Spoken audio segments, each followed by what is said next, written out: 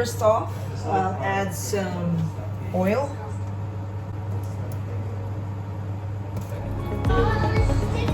Right, so I'm adding my onions. So I want to have a lot of onions, especially when you combine it with some chorizo or salami or sausages. It's up to you guys. Pepper in. Some salt.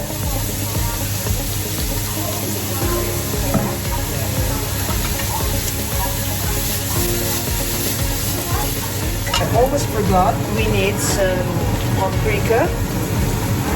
So this teaspoon. And then allspice. All your spices should be in now. And some fennel seed.